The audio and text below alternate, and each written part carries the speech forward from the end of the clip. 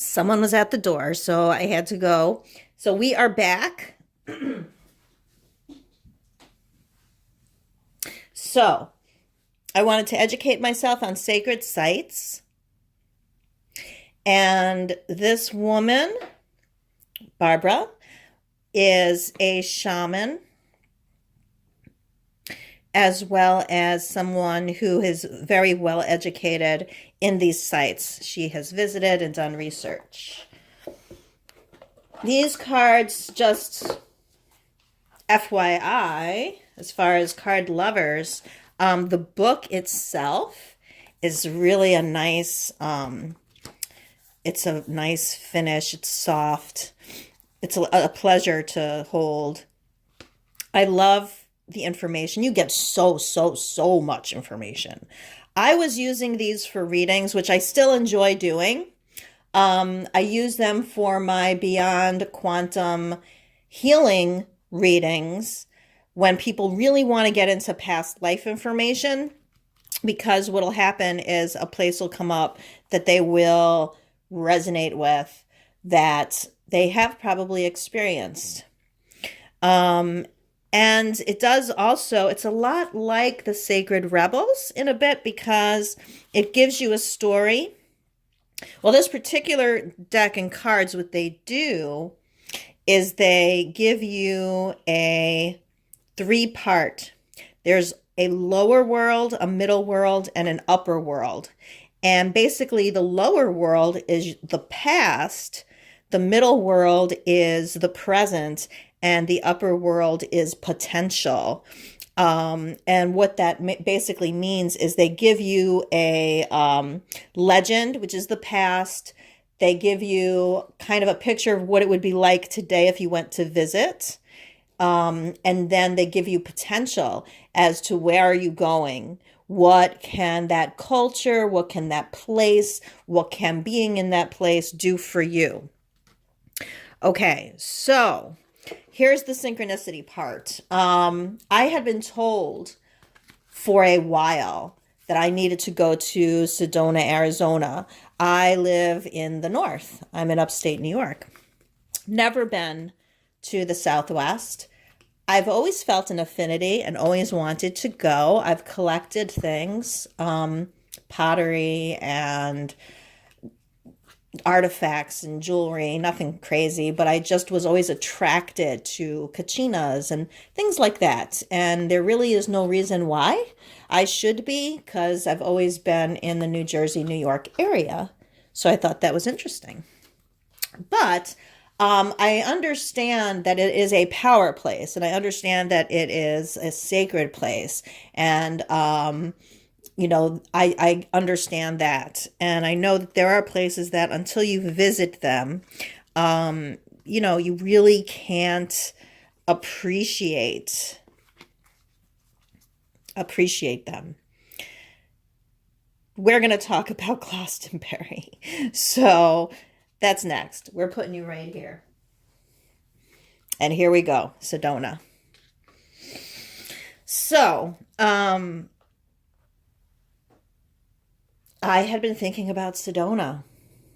And I wanted to go, and it just didn't look like it was going to be in my reality. Here we have the sacred spiral, and the power, the energy vortex, and the red rocks. We got the big raven. It's beautiful. So I wound up getting invited, and I had the funds. And it's something that if you would have said to me a year ago that I would be going to Sedona, I would not have believed. In fact, this is where we move on to the next story.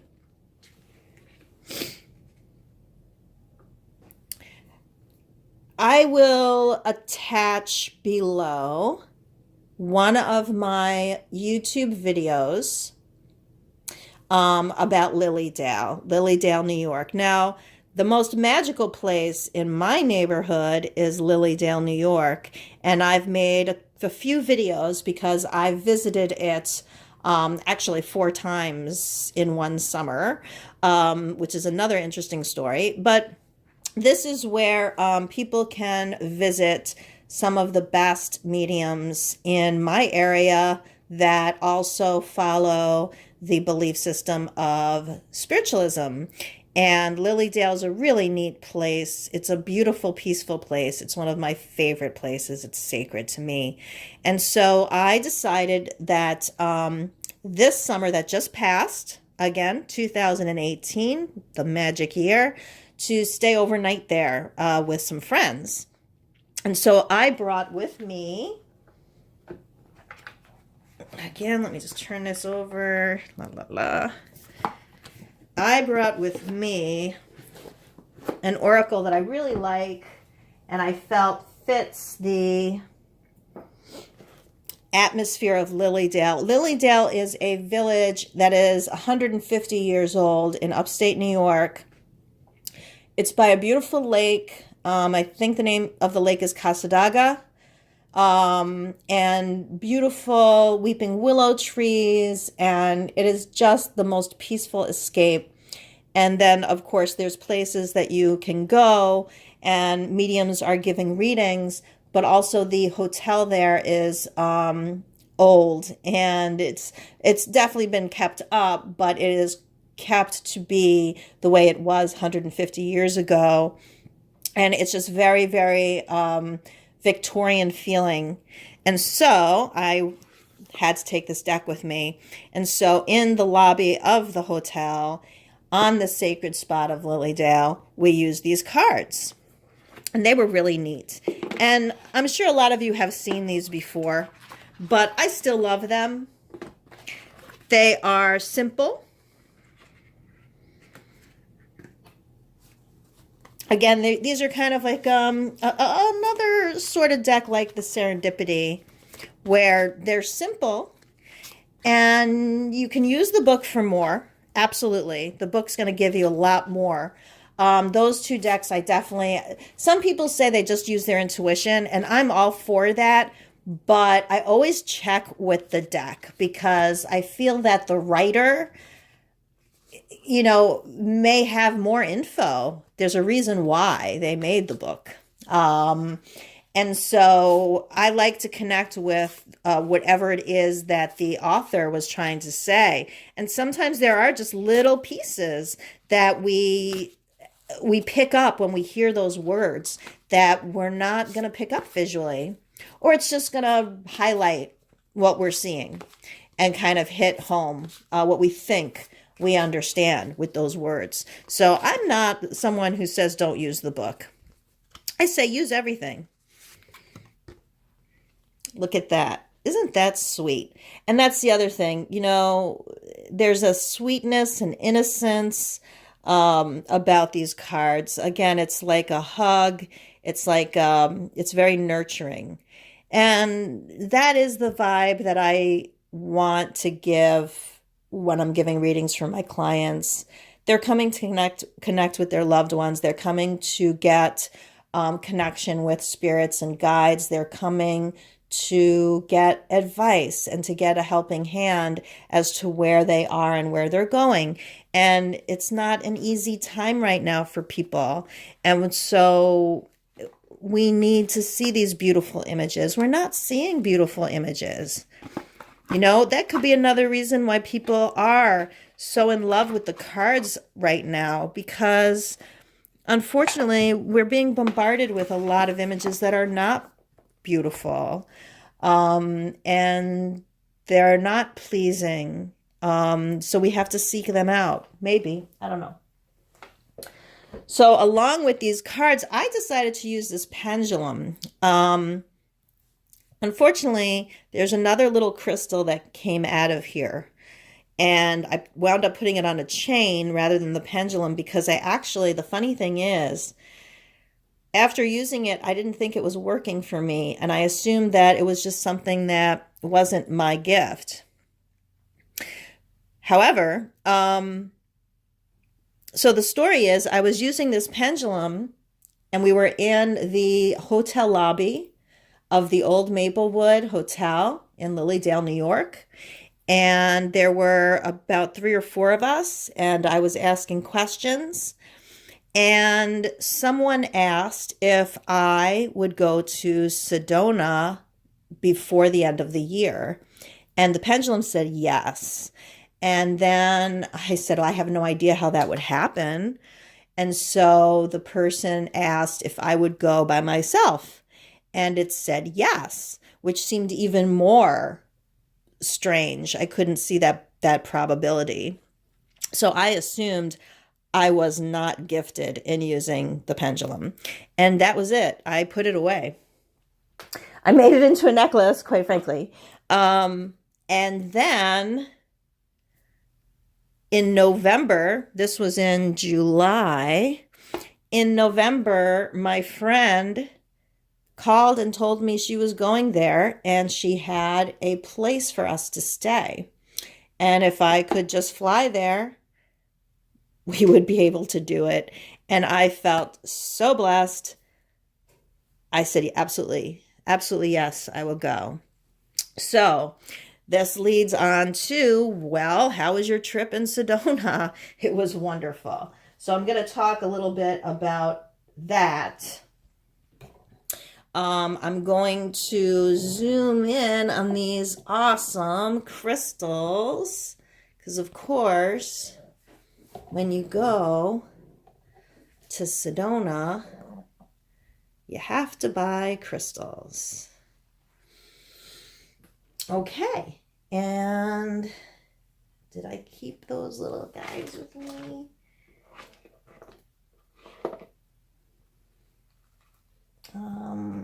I had a packet that talks, oh, here it is. Okay.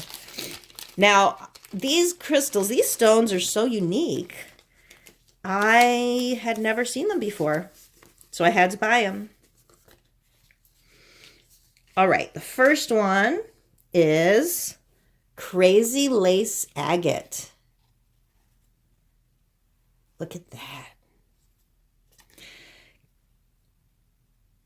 And in case you would like to know, mysticalbazaar.com. So we have Crazy Lace Agate, Stone of Laughter. Absorb emotional pain and anger, gives the courage to make decisions and to start over. In multiple layers, can bring hidden information to light, provides a sense of safety and dissolves internal tension. It called to me, and look at the cool markings. Okay.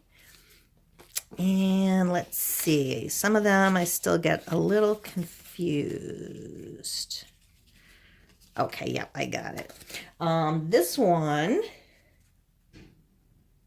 Purple Thulite. The shape is really neat.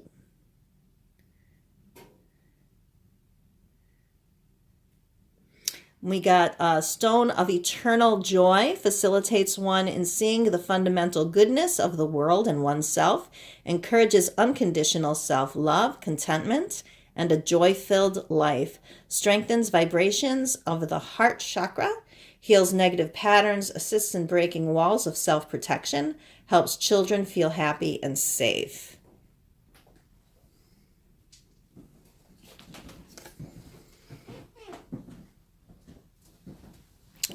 This one was interesting. I never saw this before. Pinolith, Stone of Inner Freedom. The lines are so neat. It looks like someone painted on it. Infuses deep relaxation, peace into the heart, motivates one to live life in a more serene way, heals issues related to self-esteem for bringing balance and harmony into daily life, enhances imaginative and creative capabilities through original thinking, detoxifies cells, and strengthens the overall body. So if you live somewhere else and you see this in your local metaphysical shop, let me know. I've never seen these before. To me, these are new. I thought I knew a lot about crystals, and I thought I knew them all, or at least that I've seen some. This one's really cool. Look at this guy. To me, he looks like, a mask, like a totem on a mask. And even the back. Now, the back is really soft. But to me, there's it looks like an image here with wings. So I even liked that. And it's smooth. So you could kind of, have it in your pocket. And then this side is so beautiful and shiny, and this is smooth, but again, it's like that face. So I really like that. So I feel like it's having a little totem helper in your pocket. Okay, so this is Orthoceras, fossil of ancient life. Inspires one to strive for quality and excellence, embracing change in order to live daily to the fullest experience, promotes a sense of pride and success in business, overcomes fears generated in the past, reduces fatigue, anxiety, and balances the emotions, aids with treating skeletal system disorders. I'm actually going to keep him in my hand. And then this beautiful pendant. So, where is where's the name of this shop? Oh, okay.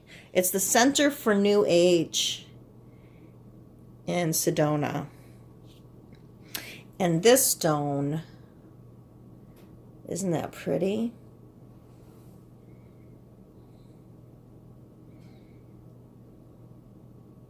So this is Larimar. I have seen Larimar before with blue topaz. Now, I love the shape, and to me it looks like an angel. The shop person said to her it looked like Kuan Yin. So I thought that was interesting. And then when I did come home, I did pull an Oracle of the Goddess card, and I received Kuan Yin. So there you go. Opens and activates the crown chakra, providing practicality within spiritual development, provides guidance to illuminate the mind, clarity to understand. And then the blue topaz alongside. But again, if you want to read it, you can pause the camera.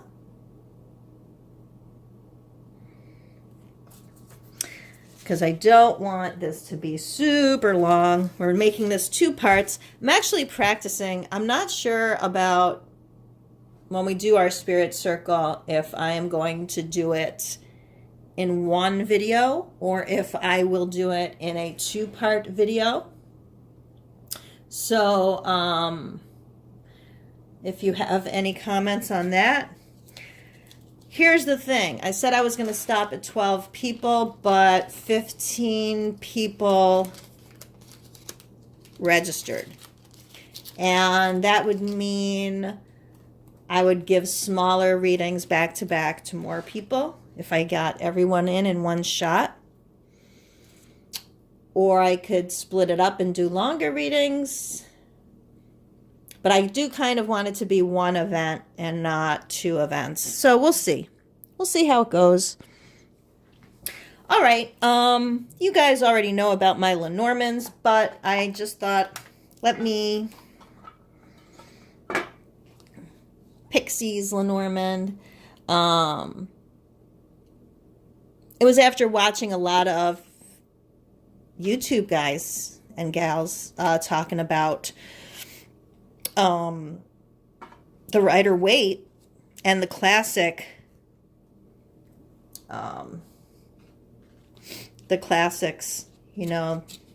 Pamela, oh, why can't I speak? Pamela Coleman Smith art.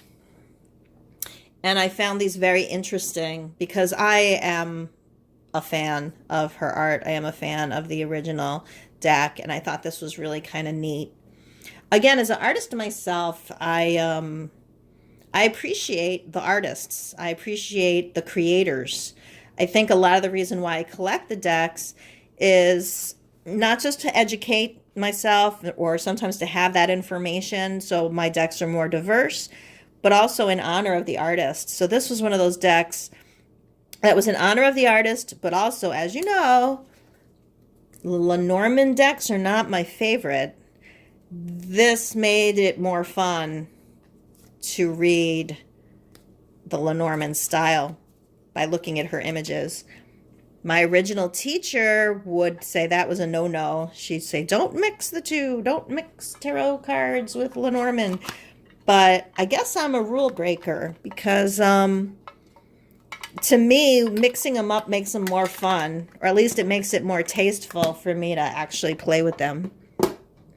So I'm not going to go into this one, although I have to say, even though I had said this is probably my least favorite, and I've trimmed it and edged it and done all kinds of things to love it more, I have to admit, when I pull it out and I read it, especially the way the book tells me to, it's right on. So it still does the job. I guess I just have to get over my feelings. So since we're on this end, we're going to keep going, but I'm going to end with the biggest interesting synchronicity that's been happening to me this year. Of course, Sedona, you would think, was the biggest one. And it certainly was the biggest thing that was manifested this year as far as something I did not expect, and a trip, because I want to see more of the world. I've been a stay-at-home mom for a long time, and I have not seen much of anything. So I've been thinking a lot about the power places, and I've been thinking about the ley lines and the places they cross through. And I want to, if I do travel, I want to go to those places. So one down, and a few more to go, apparently. So, I'm going to talk about these decks a little bit. I guess I'm going to pull this one out first. This was also one of my favorite first decks. I loved it because of the softness. It is one of the softest, prettiest decks I have. But I also, the reason why I bought this is because I thought about the light workers and I thought about the young people. I started giving readings to young people in college, and again, I wanted them to have the softness and not be afraid of the cards when they had a reading. Especially, I send my readings via email, so images are very important. And I don't want to send an image that is off-putting. But also, these cards seem to talk to the younger people. They have images and language that I think are the buzzwords for younger people. So I know people have done reviews of this deck a lot because it's really pretty, and it's the same creator of the, what is it, Moonchild, Starchild. And I don't use it as much as I probably could. I really like the way these images reproduce when you take a picture of them. I think actually sometimes they look better when you can close up on them and send them than than when you're kind of just reading them from afar, because they're really pretty images. I think it's one of my only collage type of decks. The Vintage Wisdom is, but I don't really see it that way. To me, they look more like postcards. But these have a lot going on in them. So this is Council of Light. So, they're very spacey, kind of trippy, soft, but there's a modern feel. And they do seem to appeal to the younger people. So even though it's soft, it certainly does have a punch, It's not a fluffy deck at all. And the concepts are good. It has a different system. There's action cards, transmission cards, and you get you get a little bit more than just a meaning. You get things to do. Okay, these are different. And a lot of people are like, Dragon Oracle. But one of the reasons why I really like these is it's, I'm an American person, and we, in our culture, have always thought of dragons as bad. You have to slay them, or, I understand that in the Eastern culture, it is not that way. So I started to look at that, and that's one of the reasons why I bought this one. I guess we can look at this a little bit. This is a different sort of dragon than the one I'm talking about, though. However, I was interested. This is a beautiful kit.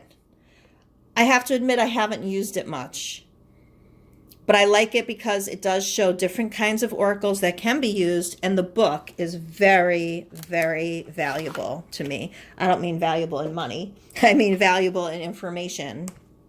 So everything you would like to know about the Eastern worldview, plus the images, beautiful images, yin and yang, the 5 elements. This is why, okay, you want to look up your Chinese horoscope, animal astrology, and then there are cards in the box, so you can do a reading. You can see your compatibility with other people, and then there is, some different layouts. So I think it was more curiosity, and I wanted the information kind of in front of me. I love the I Ching. It's one of the first divination systems I used before even tarot. I know that all of these divination systems are important and connected. So sometimes I do reach out and use something along with a card. I have to admit, I haven't done it in a while. And that is the reason why I believe I bought this Oracle deck, so I could kind of throw in something else along with cards. So whenever I bring this out like this, I realize how valuable this is, and I should probably use it more.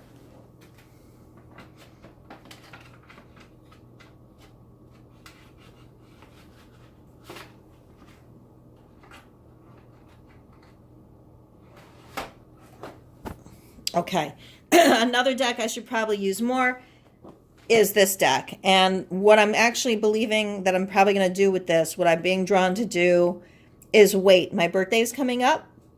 And so I think I'm going to use this as a birthday reading for myself, to actually do a long reading for the year.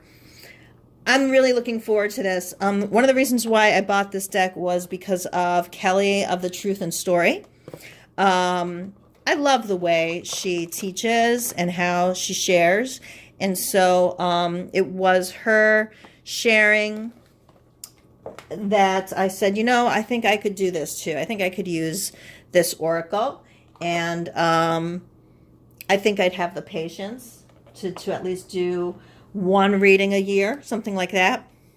So they are different, you have your months of the year, your houses, and then you have your tea leaves. So this would be an in-depth reading, and that's, I think, one of the reasons why I haven't done one, because I know it's going to take some time. And so, as many of us may do, we say, oh, I don't have time for that. But I love it, and I know it'll be very valuable to sit down for my birthday and give myself a nice reading. Who knows? Maybe I will record that. Okay. So I am going to show this one. This caught my eye because I was doing a lot of the past life readings. And, some of these decks do mention galactic information. Definitely work your light. That was one of the reasons. The dragon oracles. Yeah, that's right. I forgot to get into those. Okay, whoop, one sec. Back it up. Believe it or not, these dragons, which are different than these dragons, these are galactic, okay? Diana Cooper. I did get this through Hay House, but I like this woman, Diana Cooper. She's worth checking out if you want to understand, well, she's got an amazing education and history on dragon lore, to the point where she places dragons in other dimensions. And it's